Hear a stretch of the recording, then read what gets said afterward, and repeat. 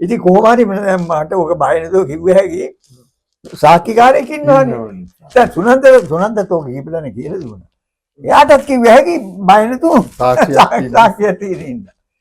ඉතින් ඒක තමයි නන්දන ශේඛරගේ පළවෙනි නවකතාව තුම්මන් හන්දියේ නෙවෙයි කියලා කියන්නේ. මොකද ඒක කියවපු දෙන්නේ තවමත් ඉන්නවා. ශ්‍රී ලාංකීය කලා ශාස්ත්‍රය තුල නිර්මාණකරණය පිළිබඳව තම දැවැන්ත චරිතයක් ප්‍රතිරූපයක් තුල ගොඩනැගිලා තිනවා මහගම්සේකරයන් පිළිබඳව. මහගම්සේකරයන් පිළිබඳව එන්නේ තම දාර්ශනික තලයේ එමනම් ජීවිත කාලයේ ඉතා කෙටි කාලයක් ගත කරමින් ඉහත් සියවස් ගණනාවකට සියලු දෙනා අතර කතා බහ කරන්නට පුළුවන් නිර්මාණ රසක් දායාද කරපු සංකල්ප රසක් බිහි කරපු ඊටම දැවැන්ත චරිතයක්. ඉතින් අපිට වර්තමානීය තුල මේ මහා දැවැන්ත චරිත පිළිබඳව තොරතුරු අතිශයෝක්තියෙන් තොරව ඒ අයුරින්ම කිසියම් ආකාරයකට අපිට දැනගන්න ලැබෙනවා නම් ඒක මහත් භාග්‍යයක්. ඉතින් කරුණාරත්න අමරසිංහන් කියන්නේ බොහෝ දෙනාට වර්තමානයේ ගුරුවරයෙක්. ඉතින් මේ මහගමසේකර කියන උදාර චරිතය එහෙමත් නැත්නම් ඒ දැවැන්ත නිර්මාණකරුවා සමග ඉතා කුළුපගව ඇසුරු කළ අපේ ගුරුදේව කරුණාරත්න අමරසිංහන් අපිත් එක්ක ඉන්න මේ මොහොතේ මම කැමැති දැනගන්න අපේ ප්‍රේක්ෂක හිතවතුන් වෙනුවෙන් කොහොමද එතුමන්ගේ නවකතාකරණය පිළිබඳ ඔබතුමාගේ ඒ අපි නොදන්න ඒ සොඳුරු මතකය පිළිබඳ මහගමසේකරයන්ගේ මේ නවකතා කලාව නැත්නම් ඔහු ලියපු නවකතා ගැන මේ විද්‍යාත්මක කතාවක් කරන්න මම බලාපොරොත්තු වෙන්නේ නැහැ. හැබැයි ඔබ මේ ඔහුගේ නවකතා ගැන අහපු නිසා කාගේ උහුල දනවන ඔහුගේ නවකතා වලට සම්බන්ධ ආගේ කුහුල දනවන එක්තරා අත්දැකීමක් මට කියන්න පුළුවන්. මොකද ඔහුගේ නවකතා කෙටි කතා මේ ගීත කවි ඒවා ගැන නැත්නම් පසුව ලියපු දාර්ශනික කාව්‍ය ගැන එහෙම ඒව ගැන කතා බොහොම පුළුල් ශේත්‍රයක්නේ. අනිත් එක තමයි මේ අපිට මේ කතන්දරයක් හැටියට අහපු එක එතුමන් සමග අත්දැකීම් තියෙන ඔබතුමාගෙන් දැනගන්න එක මට තියෙන ගොඩක් සමීප වේවිය වර්තමාන පරපුරට. නෑ ඒක වැදගත්. මොකද මේ මහගමසේකරයන් මගේ ඊටාම කුළුපග බොහොම සුහද මිත්‍රයෙක්. බොහොම මේ වයසින් අපි දෙන්න අතරේ පරිසරයක් තිබුණාට මේ අපි ලඟුනේ මේ ගුවන්විදුලියට ආවනේ. මහගමසේකරයන්ගේ නවකතා පිළිබඳව ඔබ අහපු නිසා ඔහුගේ නවකතා ගැන විග්‍රහයක් නෙමෙයි නවකතා කරුවෙක් හැටියට ශේඛරයන් ප්‍රසිද්ධ වෙලා ඉන්නේ තුම්මන් හන්දියේ කියන නවකතාව තමන්ගේ කුළුදුරු නවකතාව හැටියට පළ කරපු මේ පුද්ගලෙක් හැටියටනේ ලේඛකයෙක් හැටියටනේ. නමුත් එදත් අදත් හැමෝම අදත් ඇහුවොත් එහෙම කාගේ හරි මහගමසේකරයන්ගේ පළවෙනි නවකතාව මොකද්ද කියලා තුම්මන් හන්දිය කියලා කියන්නේ. ඕන කෙනෙක් කියන්නේ තුම්මන් හන්දියේ මේ නොකියන කෙනෙක් නෑ. හැබැයි ඔහුගේ පළවෙනි නවකතාව කියවපු දෙන්නයි ඉන්නේ. වාසනාවකට ඒ දෙන්නම තාමත් ජීවිතුන් අතර ඉන්නවා. එක්කෙනෙක් ඉඳලා එක්කෙනෙක් නැති වුණා නම් ඉන්න එක්කෙනා මේක කිව්වට ඒක වළංගු වෙනවා. අතිශයෝක්තියක් හැටියටත් ගන්න. බොරුවක් කියලා කියන්නේ. ඔප්පු කරන සාධක මොකුත් නැහැ. වාසනාවට දෙන්නම ඉන්නේ ඉඳලා එහෙම වෙන්නේ නැහැ. සාක්කියකුත් තියෙනවා. දැන් ඔබ හිතන්න පුළුවන් මේ තුම්මන් හන්දියේ නෙමෙයි නම් මේ එහෙම මේ පොතක් නවකතා පළ වෙලා නැහැ. පළවෙනි එක හැටියට තමයි මේ තුම්මන් හන්දිය පළ වෙලා තියෙන්නේ. පළවෙනි එක කොහෙන්ද කියලා. ඒ සිද්ධිය මෙහෙමයි. සේකරයා මුලින්ම චිත්‍ර ගුරුවරයෙක් හැටියට වෘත්තිය ආරම්භ කළේ. චිත්‍ර ගුරුවරයෙක් හැටියට ඉඳලා ඊට පස්සේ ඔහු පරිවර්තනයක් කළා. ඒ කාලේ SSC පන්තියට නියම කරලා තුනා ඉංග්‍රීසි විෂයට වයිට් කම්පැනි කියලා පොතක්. ඒක සේකරන් සිංහලට පරිවර්තනය කළා ධවල සේනාංක කියලා. ඒ පරිවර්තනයෙන් මොහුට පිළිගැනිල්ලක් ආවා. ඊටම දක්ෂ පරිවර්තකයෙක් කියලා. ඒ සුදුසුකම ඇතුව ඔහු ඊට පස්සේ අර ගුරුකින් අයින් වෙලා රාජ්‍ය භාෂා දෙපැත්තේ පරිවර්තකයෙක් හැටියට ගියා. මේ චිත්‍ර ගුරුවරයා ඉන්න කාලේ ඉඳලම තමයි මගේ ආශ්‍රය තිබුණේ. මට ඇත්ත වශයෙන්ම ඉස්සල්ලාම සේකරන් හඳුනා දුන්නේ මහාචාර්ය සුනන්ද මහේන්ද්‍රයා. ඒක සුනන්ද මහේන්ද්‍ර මගේ ඉස්කෝලේ යන කාලේ මගේ මිත්‍රයෙක්. ඒ කාලේ හදිස්සියේ ඒ උද්දකේදී හම්බෙලා අඳුරලා දුන්න ඒ අඳුරුම්කම් තමයි දිගටම ආවේ. ඒ දවස්වල ඔහු රාජ්‍ය භාෂා දෙපාර්තමේන්තුවේ වැඩ කරන කාලෙත් මම ගිහින් හම්බෙනවා.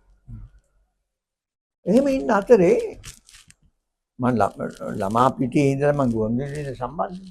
ළමා ශිල්පියෙක් ඉඳලා දිගටම ඊට පස්සේ නාට්‍ය ශිල්පියෙක් මම දිගටම ගුවන්විදුලිය සම්බන්ධ නිතර වැඩසටහන් වලට යනවා. ඒක සුනන්ද මහේන්ද්‍රට එහෙමයි. උත් ළමා පිටියෙන් ආවේ. දවසක් මං ගුවන්විදුලියේ මේ කොරිඩෝරේ දිගේ යනකොට මගේ ඉස්සරහට ආවා මේ කලිසම් ඇඳලා මේ බුෂ් ෂර්ට් එකක් උඩින් දාපු මේ දූල් පාට කලිසමක් කරලා සුදු බුෂ් ෂර්ට් එකක් දාපු ඒක මට මේ මොනවද හොඳට මතකයි මේ කවුද කියලා නිශ්චයක් නෑ. නිශ්චයක් මේ ඉස්සරහට යනකොට විනාවේගෙන එනවා මෙයා. විනාවේගෙන මෙහෙම ඇවිල්ලා මට අතු කරලා අරු දැන් මම මෙහෙන් ඉන්නේ කියලා කිව්වා. කවුද? මහාගම සේකරයා. මුලින් ඉඳලම ඔහු චිත්‍ර ගුරුවරේ කාලේ ඉඳලම ඇන්නේ ජාතිකයන්. මේ රාජ්‍ය භාෂා දෙපාර්තමේන්තුවේ සේවය කරනකොට ජාතික ඇඳුම ඇඳගෙන හිටියේ. ඔව් දැන් යුරෝපීය ඇඳුමට මේ පිවිසිලා එන්නේ.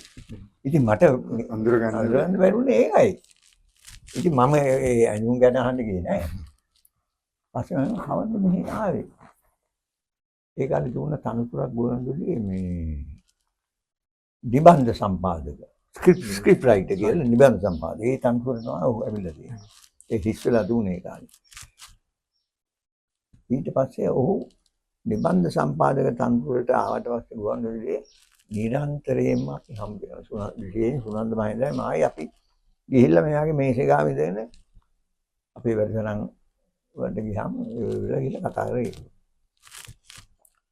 එහෙම ඉන්න අතරේ මෙයා පළ කෙරුවා එයාගේ පළවෙනි මේ කවි පොත. ලියපු කවි එකතු කළා. එතකොට මේ මහාගම සේකරන් මේ ප්‍රසිද්ධ චරිතයක් නෙමෙයි. ලොකු කාර්යභාරයක් කරන හැබැයි ප්‍රසිද්ධ නෑ. නෑ ඒ වෙනකොට ලොකු කාර්යභාරයක් කරන්නේ නෑ. පොත්පත් මොකක්ද ලියලා නෑ. ගුවන්විදුලියේ නිබන්ධ සම්පාදක. ගුවන්විදුලියේ මේ රස්සාවට ආවා. කලින් ඔහු චිත්‍ර ගුරුවරයෙක් හැටියට ඉන්න කාලේ ලංකාදීපෙට මේ කාටුන් එකක් ලිව්වා. සේකරගේ ජනමාර කියලා. ඒකෝට සේකර කියන්නේ කවුරුත් දන්නේ නැහැ. ඊළඟට ලංකාදීපෙන් මේ ඒ කාලේ ගැහුවා සංගරාවක් මේ රසවාහිනී. ඒකට මෙයා ලියනවා මේ ලිපි ලියනවා, කවි ලියනවා. මට මතකයි රුබයියා මේ ඔමර් කයම රුබයියා පරිවර්තන.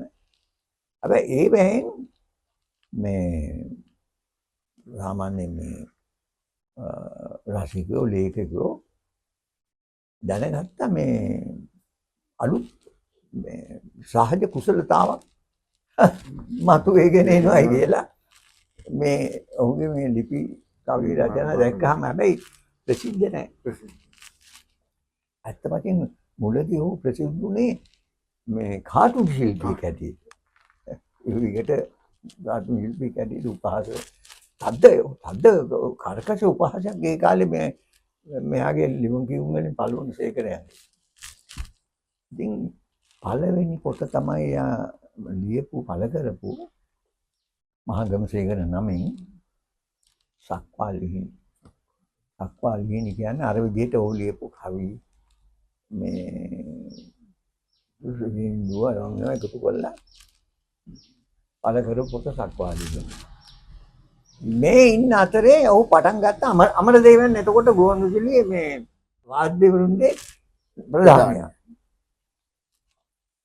ඔහුත් එක්ක එකතු වෙලා මధుවන්ති වැඩසටහන පටලවා පැය භාගයේ ගීත වැඩසටහන අන්න ඒකෙන් තමයි මහගමසේකර නාමය ලැබෙන්න පටන් ගත්තේ.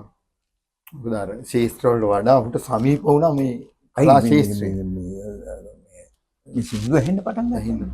ඒ කියන්නේ ජනතා රසිකයන්ට සමීප මාධ්‍යයක් අනිත් ඒ සේකරන්ගේ තීච්ච මේ ප්‍රතිභාව මේ වෙන් තමයි ආවේ. කලින් මේ කාටුන් විකට කාටුන් දීලියේ අර්ථවත් දේවලුත් කර හිටියා. නමුත් මේ ගීත වලින් තමයි ඔහුගේ ප්‍රතිභාව බබලෙන්න පටන් ගත්තේ. ඒ අතරේ තමයි අර ඔහු ලියපු පරණ කවිලුන් තෝරගෙන මේකෙන් සමහර ගීත තෝරගෙන තමයි අර සක්වාලිහිණි පළ කළේ. කොහොම ඉන්න අතරේ අපි නිතර හම්බ වෙනවනේ ගුවන්විදුලියේ. දැන් අමරදේව සේකර සුසංයෝගයේ ඇවිල්ලා. දවසක් මායි සුනන්දයි ගිහිල්ලා මෙයාගේ මේසිකාව කතා වෙන්න ගමන් මේ සුනන්ද මේ කරු බයිද දෙන්නට එන්න මේ හවසක මේ සතියන්තේ දවසේ සෙන්සුරා හරි ඉරිදා හරි ගෙදර රදවාන් මහගෙදර රාය ගත කරන්නේ. ඉතින් අපි මොකටද කියලා. මම නව කතාවක් ලියලා තියෙනවා. ඒක කියවන්න ඕනේ. ඔය දෙන්න આવුත් හොඳයි කියවන මොකද කියලා අදහස් දැනගන්න. එන්න පුළුවන්ද කියලා. ඉතින් අපි මෙතන අපි ගන්නම් කියලා. එන්නම් කියලා ඉතින් ඒ නැති අන්තිම සෙන්සුරාදා හරි ඉදාලි මම සෙන්සුරාදා මතක නැහැ හරි. සතියන්තේ සුනන්දයිම ආයි ඒ කාලේ බස් එකේ නැගලා සිද්ධිවල පාර ගිහිල්ලා බැහැලා ගියා.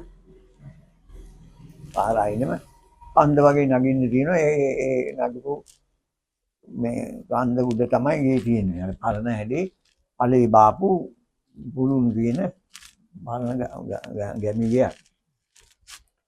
මේ ඉතින් අපි ගිහිල්ලා හන්දාව ගිහින් සේකර ඉන්නවා. ගාන මුත් අදගෙන කියන්නේ. කිව්ව මේ හරි හොඳයි ආවේ හොඳයි. අපි ඉස්සෙල්ලා යන් මේ නාන්ද. ඊට බහැගෙන යන කිට්ටුව. මම උත මේ නාන්දේ කියලා. පස්සේ මේ ගිහිල්ලා බාල්දිය සබන් අරවම දුව අරගෙන ඇවිල්ලා අර පල්ලම් බෑගෙන පාරට බහැලා ටිකක් දුර ගියාම මෙතන තියෙන ඇනිකට් එක. ඕ ගාලා මෙතනින් ගලනවා මේ ඔයෙන් එන වතුර වහලා දෙනවා දන්නේ ගලාගෙන යනවා. එතන ලොකු මේ පොකුණ වගේ හැදිච්ච ගමේ මිනිස්සු ඇවිල්ලා නාන තැන. සුද්ධ වතුරනේ යනවනේ එතනින්. මේක තමයි සේකර පොඩි අරගෙන අපි ඉන්න නාන්න ඕක තමයි. ඉතින් අපි ගිහිල්ලා දැන් මේකේ නහලා එහෙම ආවා. ගෙදර ආවා. ඇවිල්ලා රෑ මෙයා මේ මදිරා සංග්‍රහයක ලෑස්ති කරලා තිබුණා. පොඩි බෝතලයක් ගන්න නැහැ. ඉතින් ඒ කාර මේකෙන් පොඩ අරගෙන සීකරලේ අම්මා බෑ උවිල තුනා බොහොම ගැමි අම්මා කෙනෙකුගේ තාත්තා කෙනෙකුගේ මේ හැබැයි සීකරේ තාත්තන් උන්ට ගමේ මේ නාටකම්කාරයෙක් ඒ වගේම මේ ඔය බලිතෝවිල් වල හදන්නේ මේ කැටයන් අරවන්නේ බලි අඹනවා මන්නේ දක්ෂ මිනිස්සෙක් ඒ නාටකම් නටපු මිනිස්සෙක් ඒ ඥාන තමයි ඉන්නේ ඇත්තේ ඉතින් මේ අහිංසක ගැමි මිනිස්සු අම්මත් එහෙමයි අම්මට හොඳට මේ පැදුරු කියන්න පුළුවන් එදා අපිට දාලා දුන්න පැදුරත් එයා විදිහට පැදුර එක එක මේ රටවල් දානවා ඒකේ සමහර ඔය කවිවනේ මේ අම්මා අර එක පිළිදමලා තියෙන මේ එකක් තියෙනවා ඉහිල්ල පන් අරගෙන ඇවිල්ලා රට හැබීපු අම්මාය කියලා එහෙම ලියලා තියෙනවා අදී හොඳ අහිංසක මිනිස්සු මේ උණුවත් දුම් දාන බත් ඔව් මේ කෑම හදලා එහෙම අපි ඉතින් කාලා ගිහලා අර ස්ටෝප්පේ පළේ දාපු ස්ටෝප්පේ අම්මම විහු පැදුරක් දාලා දුන්නා අපි දැන් පැදුරේ පොත් දෙවුන් දාලා ආචුටුවක් තියෙන එතන සීකරා අදට මේ සීකර බැහැ වෙලා හිටියා මේ සිගරට් එක දුම්පා මම හිතනවා පසු කාලෙක ඔහුගේ මේ ආදී අභාවයට ඒ මේ දුම්පානේ හේතු වෙන්නේ නැති කියලා මට හිතෙනවා සිගරට් එක උත්පත්තු කරගෙන චිමිනි ලාම්පුවක් අරගෙන ඇවිල්ලා ටීපෝ එකක් ගත්තා ඕක තියලා ඇඳි පුටුවක් දිගහැරිලා අපි දෙන්න බිම මේ පැදුරේ දෙන්න අපි දෙන්න ඉන්න සුනන්දයි මායි දැන් මෙයා පොත ගෙනලා කියවන්න පටන් ගත්තා මෙයා ලියපු නවකතාව හැබැයි ඔය තුම්මන් හන්දියේ නෙමෙයි ඒ දැන් ඔයගලන්ට ඉතින් මේ තුම්මන් හන්දියට කියාගෙන එනවා මේක තමයි මේ කියවන්න ඇත්තේ කියලා ඒ නවකතාව අපි අහගෙන හිටියා අපි නින්ද ආවෙත් නෑ ඒ තරම් මේ සජීවී අපි බැඳුන මේ නවකතාවට මම හිතන්නේ මේ ඊට පස්සේ සීකර මේ එහෙම නවකතාව ලියන්නේ නෑ ඔහු කෙටි කතාත් ගල්ලියේ නෑනේ කද්දයන් දෙන්නේ ඒ තරම් මේ රමණීය භාෂාවකින් ලියපු නවකතාවක් මම නම් කියවල නෑ ඒ වෙනකොට ඒ තරම් රමණීය භාෂාවෙන් ලියන නවකතාවක් චරිතය ප්‍රධාන චරිතය කවිය මේ කවියා පෙම් කරනවා නර්තන ශිල්පිනියෙක් නැටුම් ශිල්පිනියෙක් ඔවුන් දෙදෙනාගේ ප්‍රේමය තමයි මේකේ කතා වස්තුව. ඒක තමයි සීකර මේ ලියලා තියෙන්නේ.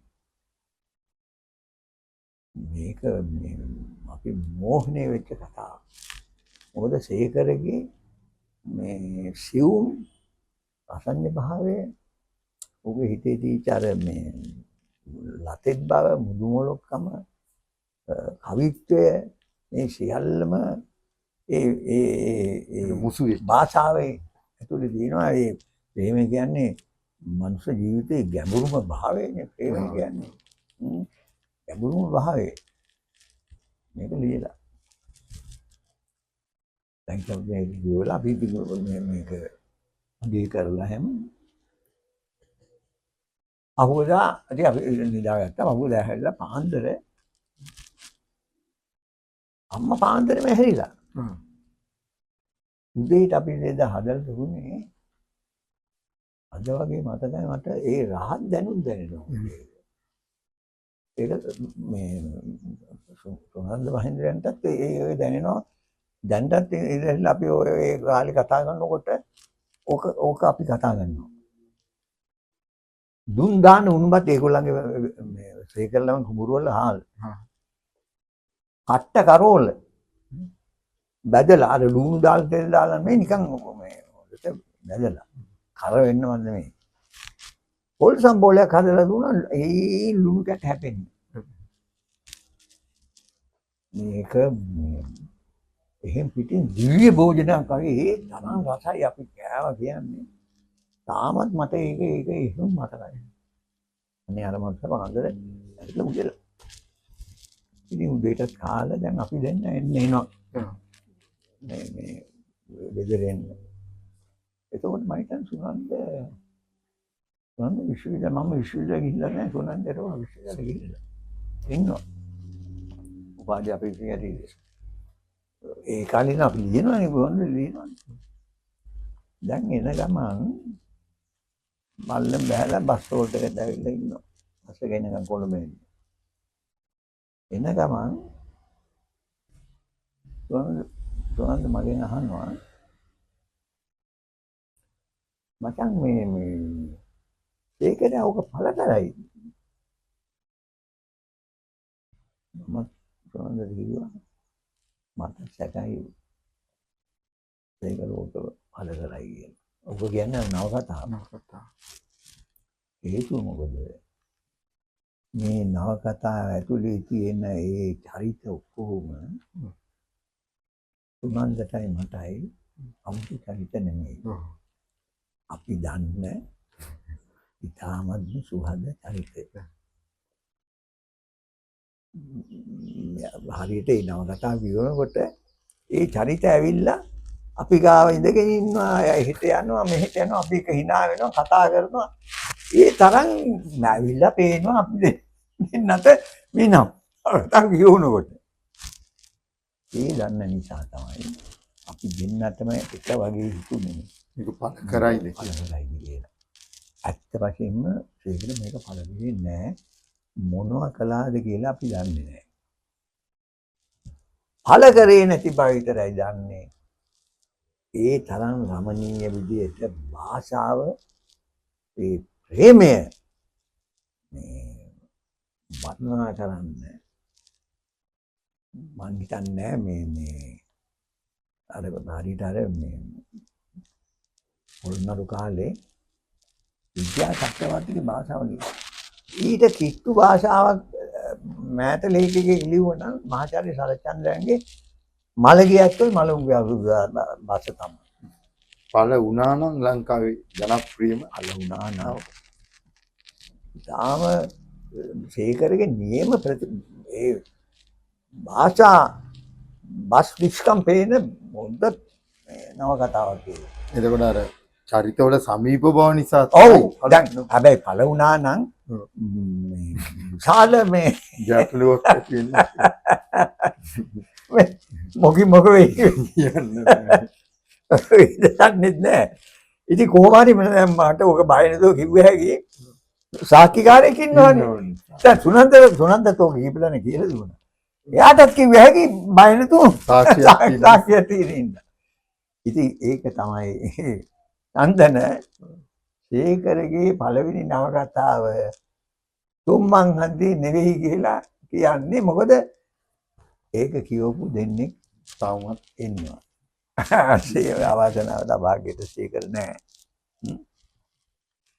මේ දැන් මේ වෙනකොට ඒකට සම්බන්ධ ජීවිතත් තුඟක් නෑ දැන්. දැන් කරන්නත් තිබුණා. දැන් නම් තිබුණා නම් පළ කරන්නත් තිබුණා. ඔව් පළ කරන්නත් තිබුණා. ඉතින් ඒ චරිතවලට සම්බන්ධ මේ පරම්පරාවේ මිනිසුත් ඉදීනේ.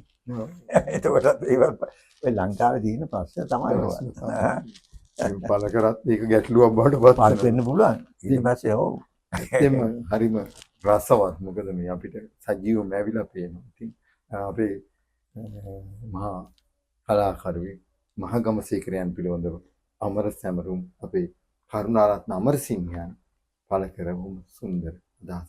බොහොම ස්තුතියි ඔබතුමාට.